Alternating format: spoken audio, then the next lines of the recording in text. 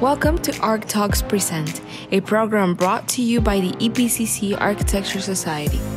I am your host, Antonia Pacheco, an ambassador and president of the Architecture Society, and today I will be interviewing Silvina Lopez Barrera, an assistant professor from Mississippi State University.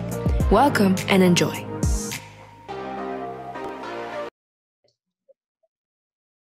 Okay, so as you know, the Architecture Society does interviews to get to know different architects around the country, around the world. And today I have the pleasure to have you as a guest. My name is Antonia Pacheco. I'm the president of the Architecture Society. And today we have Ms. Silvina Lopez Barrera as our guest. So welcome. Nice to see you again. Well, thank you for the invitation. It's really a pleasure to be here with you all. Yeah, so I had the chance to choose you as an architect to interview. And the reason why I chose you is because when I had you review my project, my professor told me a little bit about your background and that you're from Uruguay and that you came here, you're an architect. And he asked me, do you want to interview her? And I said, yes. Because I feel like we could have a lot in common. So that's why I wanted to do this interview, to get to know you.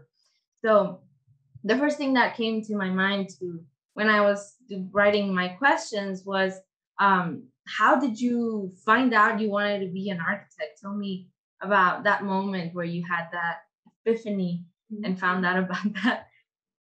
Okay, yeah, well, I'm thrilled about that you were interested about my work. So I'm a licensed architect in Uruguay.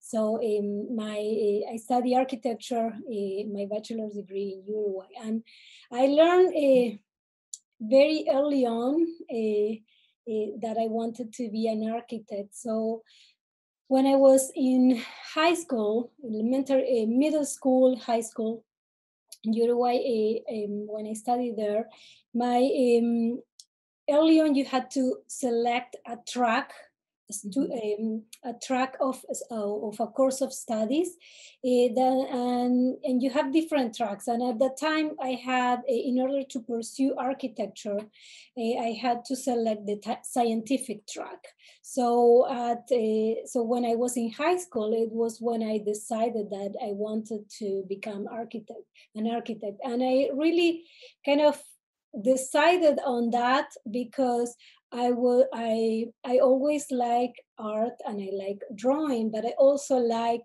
the subjects that were more scientific. I love physics and I love math. So for me at that time, as a high school student, architecture had that combination of subjects, and I was very, very interested.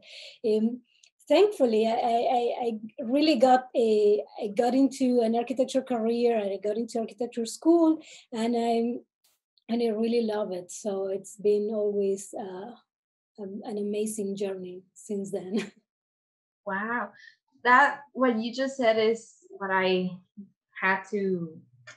That's the reason I chose architecture. So that's the first thing we have in common. So I'm gonna keep track so I can remember, but that's nice to know.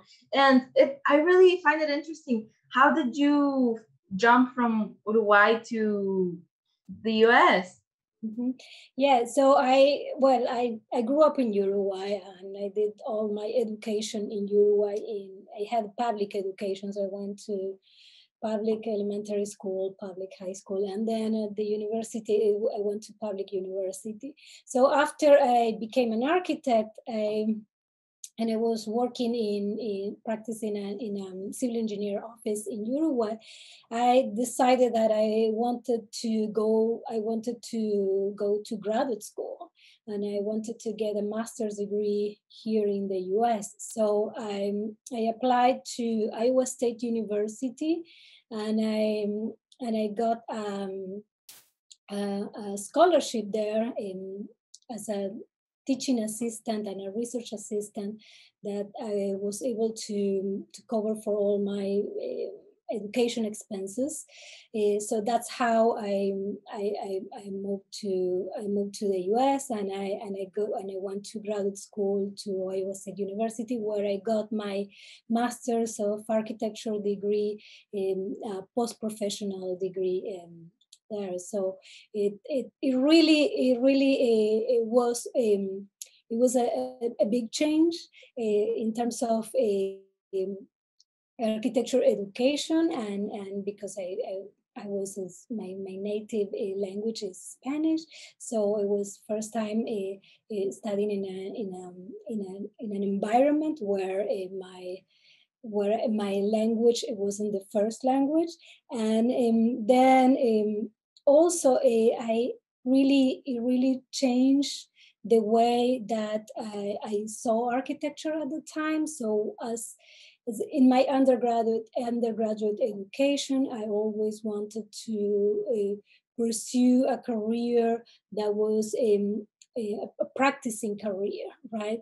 But after I went into graduate school and I got my master's degree, as being during those 2 years in the master program, I had the opportunity to work as a teaching assistant and a research assistant, and my graduate degree was a focus on research. So I really got very interested in academia and in research and in academic work related to architecture. So it really expanded my view of architecture and the practice of architecture coming to graduate school. That's interesting. That's great. And I know that now you're a professor. So you have being a professor now and being a student back in Uruguay, what are the differences that you can notice from both the system and the way they see architecture in both countries? Yeah, that's a really great question, and I always keep thinking about these things. Well, I think there are differences, but there are also a lot of like commonalities, right? A architecture school, it really creates a sense of community because I see my students here, and I experience myself when I was in architecture school. Like you spend a lot of time in the school, so you spend a lot of hours working in studio and getting to know your classmates and working and partnering with your classmates. So it really creates a community, and we also have I think in architecture, like I imagine like in many fields, but from my experience, it's if you're in architecture school, you're very passionate about why you're there, and because it requires a lot of dedication and time. So that is something that I think we have in common, and I could see that we had in common back then when I was a student in Uruguay, and I also see that we have in common here with my students now. So it's that passion for architecture and also the sense of community that we create within the studios too.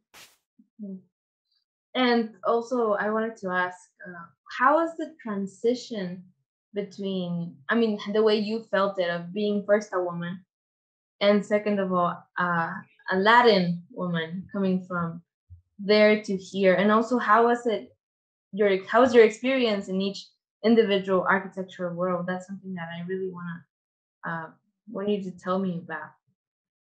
Yeah, also a really good question. So when I was an architecture student, we didn't have many architecture professors then.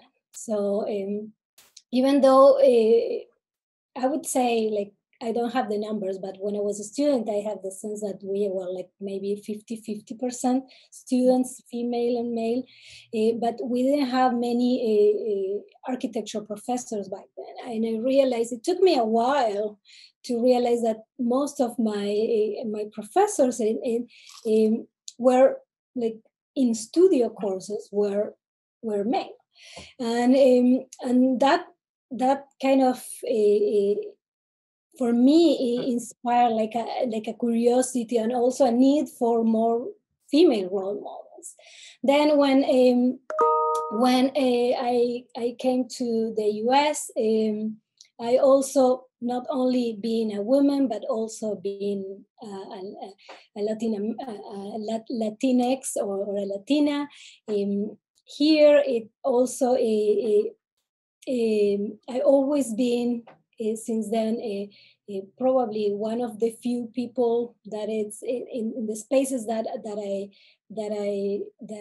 have been in academia, one of the few people that it's a woman and also a Latina and also an immigrant. So my identity is intersected by different things, and I think that it's been really sometimes challenging, but also I think it's important. It motivates me to work really hard, because I think it also, I feel like I have a responsibility to represent. It's not that I'm representing everybody, but I think it's to represent and to do the best work that I can. And also it has really encouraged me and motivated me to work towards creating inclusive spaces, and especially for the Latinx community, not only in the classroom, but also through my research as well. And how do you, in your experience back when you were a grad student and now that you're a professor, how do you see that Latinx people were treated, and how are they treated now? Well, I think when I was a grad student, I in the program that I was, it was a very diverse program. So the even though at that time there were not many Latinx students, but there were the body of the faculty was very diverse, and there were like several faculty that were international from different backgrounds. So it was really welcoming in that way, and it was very inclusive in that way. So I feel very supported. And I think that was really important to me for me also later to decide to pursue a career in academia, because those mentors and the support that I had from my professors back then, it was really important to me, and helped me to succeed not only through graduate school, but also to in my early career as a faculty as well. So I was very supported back then. Definitely, I think if we think about like society in general and architecture school in general, we still have, I mean, I think it's becoming more diverse and more inclusive, but we still have a long way to go, right? So like I said before, I'm usually the only Latina in the spaces that I occupy, or one of the few in the spaces that Latina in the spaces that I occupy in academia. But I think yes, that's why I think there's still a lot of work to do, and architecture schools. I think we can do a much better job in general, not only recruiting Latinx students, but also help them to succeed in their careers and their professional careers as well. Yeah, I think you mentioned right now that you try your best to be as inclusive to represent. But I want to ask you to elaborate a little bit on that. How do you do that on the studio? Yeah, well, my studios are always I always my kind of mantra is this is a safe space, and we all will bring the best of ourselves, and also I want to instill respect through different views of the world and different experiences. So I try not to only do that myself, but also to instill that in my classes. And I also try to expand that through the way that we teach architecture. So for example, I often work with communities and do community engaged projects with the students, where they also have the opportunity to work with community partners and to learn about other life experiences, and also reflect on the privileges that students as college students have, and, and, and, and contribute to another way of making architecture, or to a way of making architecture that it's somehow that it's socially engaged, and also has a positive impact in the community. Yeah, when you say right now socially engaged, I know we talked about informal housing and social equity, and you told me that you're seeking to put that into the studios. And I want to ask, besides what you just said, how do you put social equity and informal housing and incorporate it to the studios? How do you do that?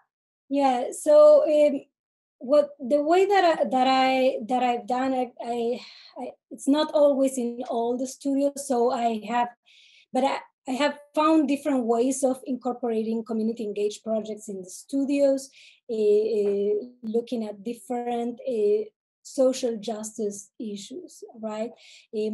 So, for example, I have a work on with different or have partnered with different nonprofit organizations, trying to address certain issues and bring those issues into the architecture studios. So I usually, when we partner with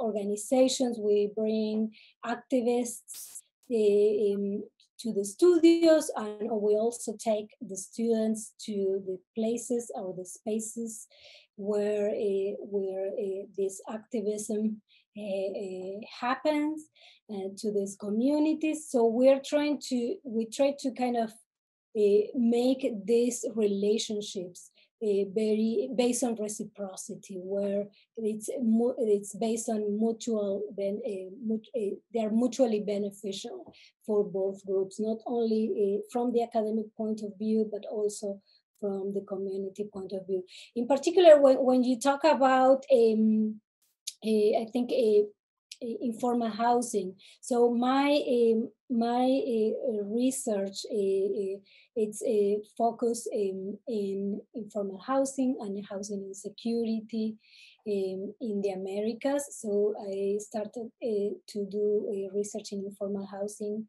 when I was in graduate school more than 10 years ago in Uruguay and Latin America, and then I have based on that research, I've been studying informal housing and housing insecurity in the US, especially in Mississippi, since I moved to Mississippi.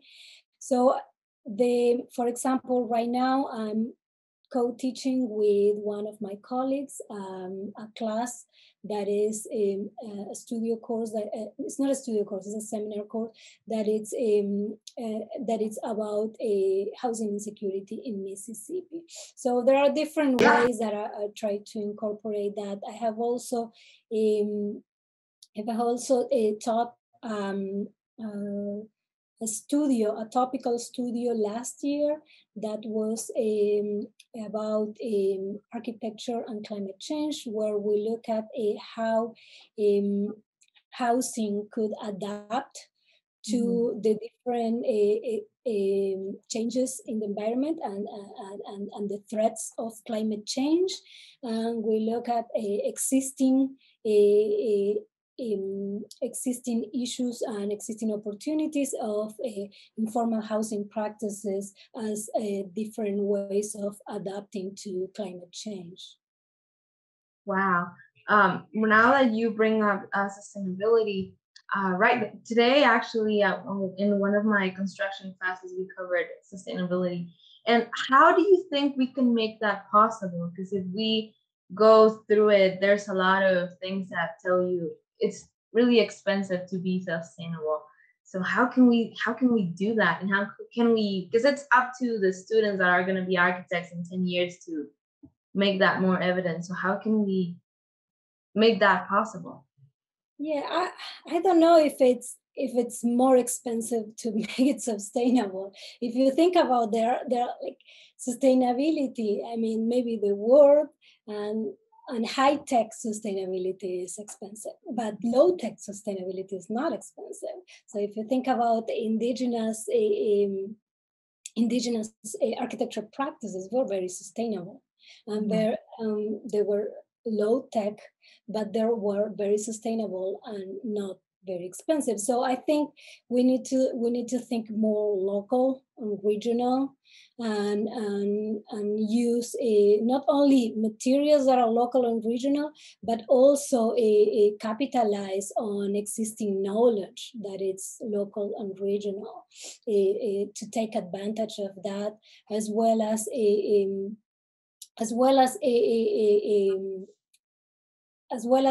techniques that are locally available,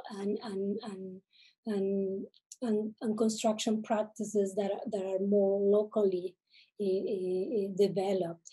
I think when oftentimes we think about sustainability as only the building material perspective, which is a very important part of the equation, but there's also a social component and an equity component to that cannot be left out as part of the equation of what do we consider is sustainable.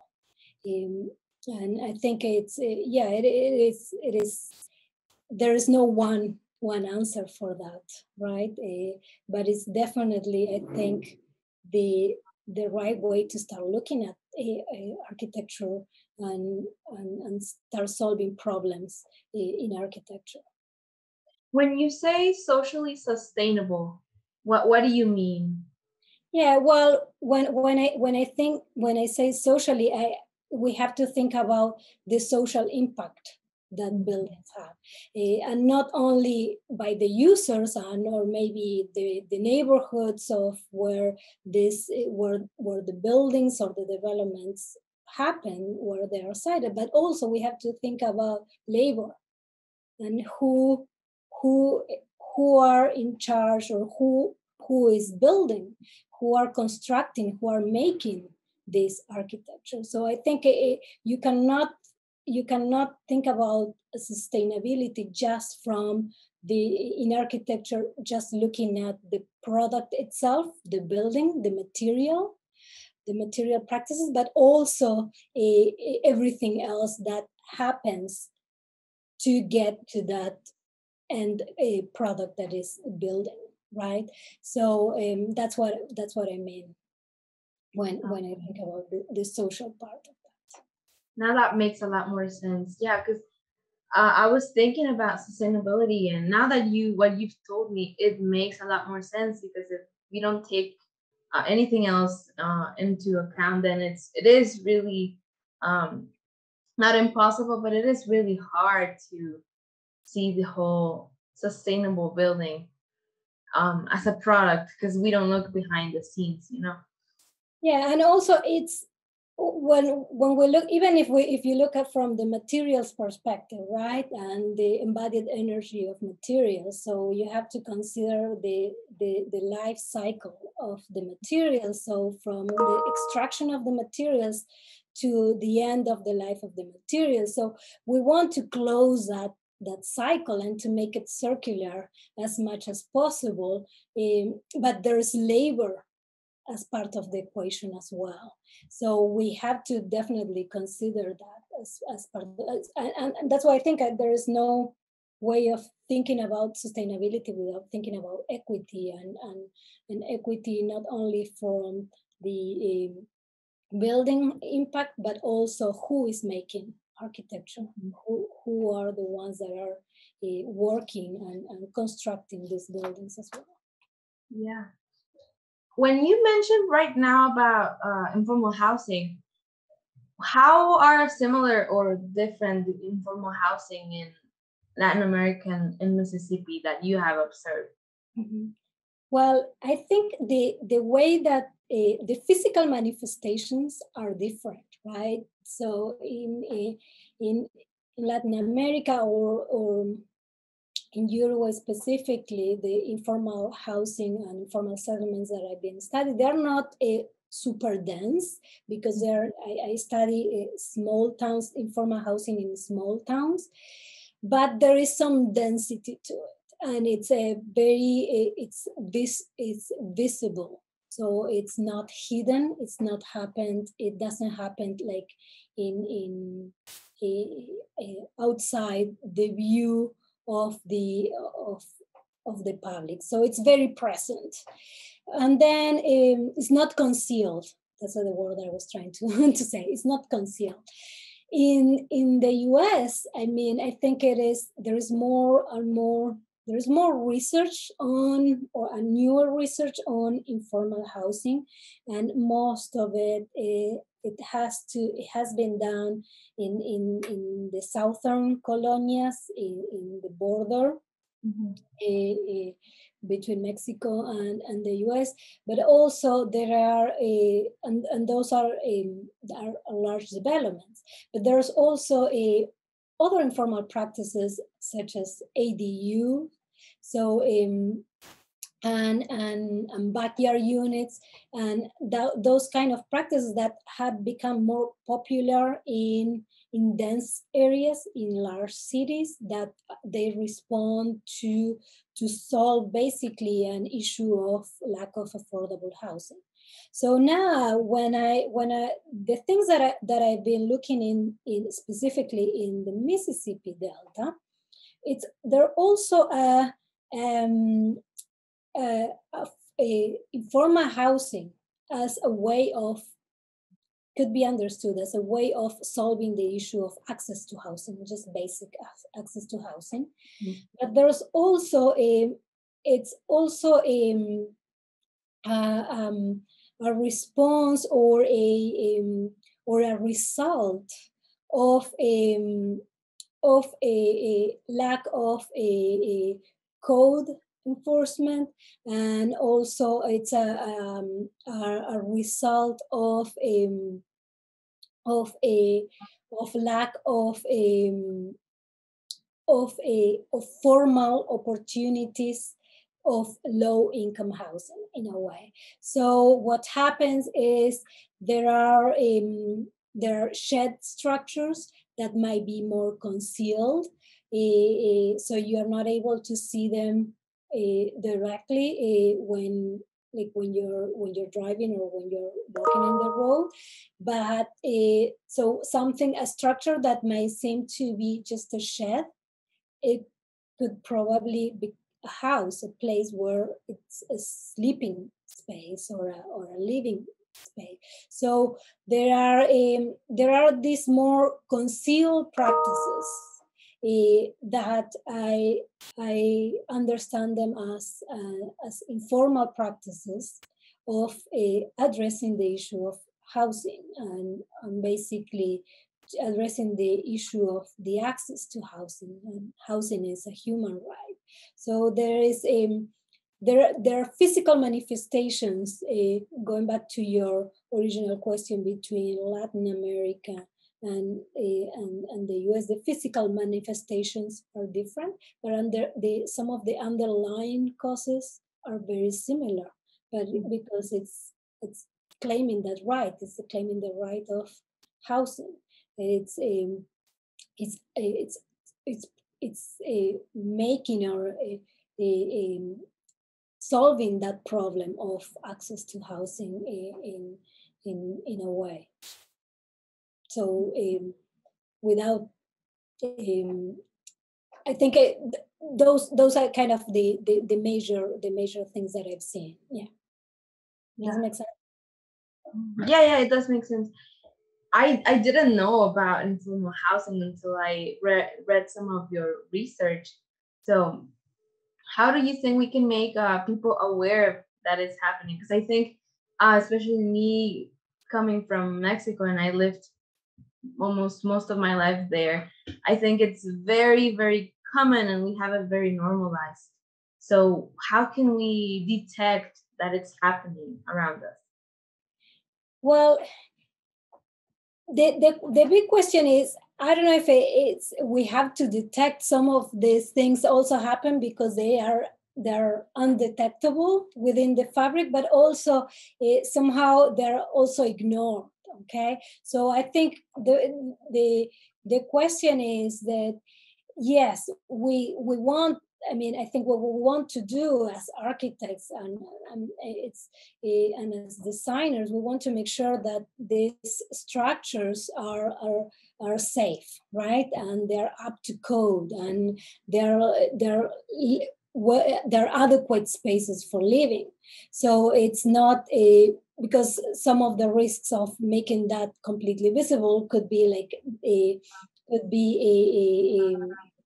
could be stigmatizing these practices, right? So I think it's mostly is understanding the causes and the root causes that are creating these practices. I don't think they're new practices. They have been around, and they're maybe now we are more aware because they're more evident because of the affordable housing crisis in the US. But it's also, like I said, it is really important to understand the underlying root causes of these problems, and how we can contribute to the quality and the development of housing in general. I think that will be the question or the responsibility of from the architectural point of view. And all of that goes back to socially responsible architecture, because that's a result of not architects not being responsible in that sense, don't you think? Well, I think, I mean, there are many ways of making architecture, and I don't think there is one way, and not and we all have different perspectives, right? But I think it's definitely, from my point of view, I think the social responsibility it's really important, and I think it is from my point of view to have to become agents of architects, to become the role of an architect as an agent of change, of social change. I think it's important, and that's why I tried to. I didn't have that when I was in an undergraduate education, so that's why I tried to emphasize that role in my classes as well, because I think it's important. Then I think all architects have a social responsibility, regardless their philosophical approach to architecture. But I think we can make that more as a standard practice. And I mean, and there are like several like movements and practices around that, public interest design, social engaged design, or socially engaged architecture, and people and practices that have developed around this idea in I think in the last 2 decades. It's been growing and growing and growing and growing. That's awesome. Okay, so I wanted to ask you, besides everything we've talked about, do you have any projects that you're working on right now, personally or on the school, whatever you want to tell me about? Several projects. So I'm part of my what I do. Part of the work that I do is always try to keep connected to Latin America and to work in Uruguay. So so throughout the years, even though I have been living in the US for more than a decade now, I still have a connections, and once in a while I work and collaborate with colleagues there. So I try to keep a small practice in there. It's not a sustain over time, but it's like for a specific project. So I have that as an architecture practice, but I also have my research in Uruguay on community resilience and informal housing, where we have been collaborated with a colleague from sociology, and we have been looking at both social spatial inequalities and socio-political aspects of rural communities, and how these aspects influence local responses to climate change, and including post-disaster housing and self-help housing. And I also have, so part of my what I do is try to find linkages or transnational linkages between the Americas, or between Latin America and the US. And I also have I'm collaborating with on a research with a colleague on looking at housing insecurity of Latinx immigrants here in rural Mississippi after the immigration rates of 2019. Mm-hmm. So where we are exploring community-based responses related to challenges related to housing insecurity, evictions, and the avoidance of using public space due to fear of immigration authorities and discrimination. So those are just to name a few projects that I've been working on. It's great. It's great to know what you're working on besides school. It's been great to have you and to talk to you and to get to know you. So this concludes our interview, and I hope to see you in the future and that we get to talk again. So yes, I would love that. Thank you so much for the invitation. I really enjoyed the conversation. Yes, I would love to visit El Paso in the near future. Thank you so much. This concludes our program. Thank you for tuning in to Arch Talks Present, brought to you by the EPCC Architecture Society, an interview with Silvina Lopez Barrera. This is your host, Antonia Pacheco.